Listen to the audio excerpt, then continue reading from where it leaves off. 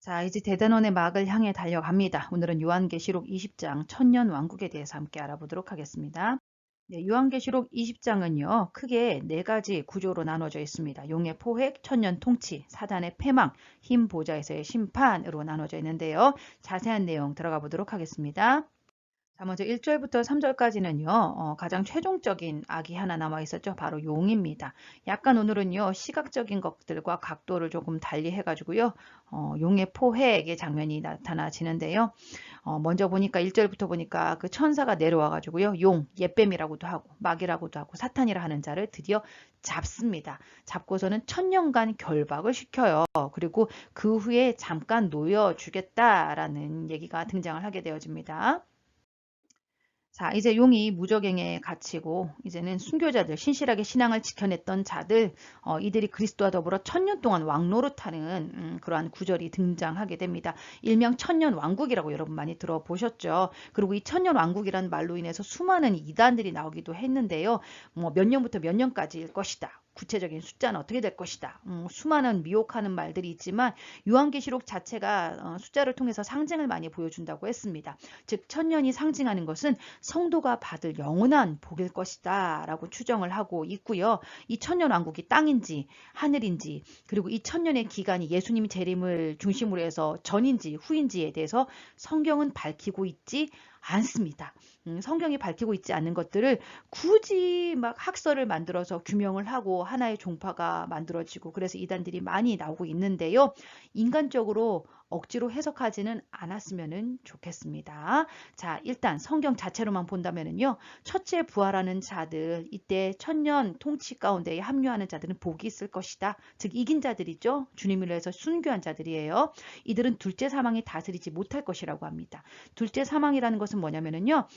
우리가 첫 번째로 다 죽어요. 모든 인간이 다 육적으로 죽는 게 첫째 사망이고요. 둘째 사망이라는 것은 하나님 그 하얀 보좌 앞에 그 심판대에 이르렀을 때에 거기서 구원받지 못한 자들이 겪게 되는 것이 바로 둘째 사망입니다. 이것은 아주 영적인 사망을 얘기하게 되어지는 것이죠. 자, 천년 왕국이란 말이 나와서 말인데요. 일단 여러분 어렵지만 그냥 간략하게 소개만 한번 하고 갈게요. 예수 그리스도의 재림을 중심으로 해서 천년 왕국의 시기가 언제인가에 대한 그런 학자들의 분분한 의견들이 있습니다. 그냥 알아만 두세요. 아니 뭐 그냥 그림만 보셔도 됩니다. 자, 먼저 무천년설이 있습니다. 무천년설. 바로 지금이 천년왕국이야 라는 거예요. 예수님의 그 초림이죠. 십자가 사건 이후부터 그냥 지금 예수님이 재림할 때까지의 지금이 바로 천년왕국 아니겠어?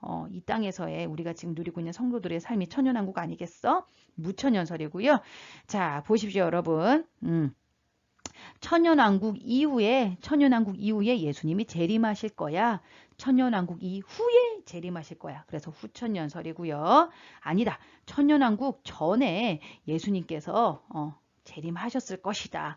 예수님이 천년왕국 전에 그래서 전천년설이 있습니다. 뭐 이건 그냥 뭐 알아만 두세요. 어른들도 어려워하는 거니까요. 목사님은 어떤 입장이십니까? 라고 물어보신다면 여러분 개인적으로 제가 답해 드리도록 하겠습니다.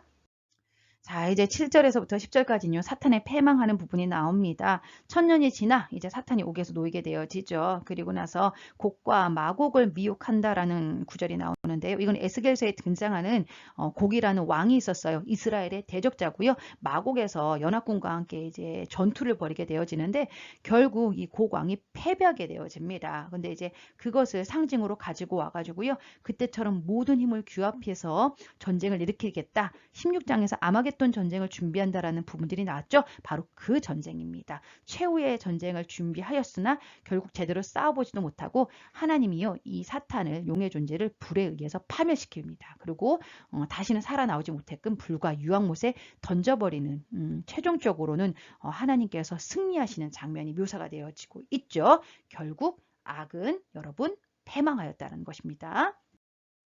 그리고 나서 이제 11절부터 15절까지는요. 흰 보좌에서의 심판이 납니다. 백보자 심판이라고 여러분 들어보셨죠? 흰 보좌는 하나님의 위엄과 거룩함을 상징합니다. 죽은 자들이 다 하나님 앞에 이렇게 쫙 서는 거예요. 근데 특별히 그 믿지 않고 죽은 자들이 심판대 앞에 서게 되어지는데 두 종류의 책이 언급되어집니다. 하나는 생명책, 구원받은 자들의 명단이 기록된 책이고요. 그리고 또 하나는요. 죽은 자들의 행위를 기록한 책인데 심판대 앞에 선 사람들 앞에 그 죽은 자들의 행위를 기록한 책이 다 놓여져 있었다라는 것이죠. 그래서 그 생명책이 기록되지 못한 자는 결국 불못에 던져져서 영혼까지 한번 또 죽어버리는 사건이 일어나게 되어지는데 이것이 무엇이었다? 둘째 사망이다 라고 얘기를 하고 있습니다. 여러분, 우리의 이름 하나님의 생명책에 과연 기록되어져 있을까요? 이거 너무나도 무섭죠. 한 번 죽는 것도 끔찍한데 둘째 아예 영혼까지도 소멸되어진다? 이거 너무나도 무시무시한 일인 것 같아요. 다시 한번 돌이켜 우리의 삶을 되짚어 보고요.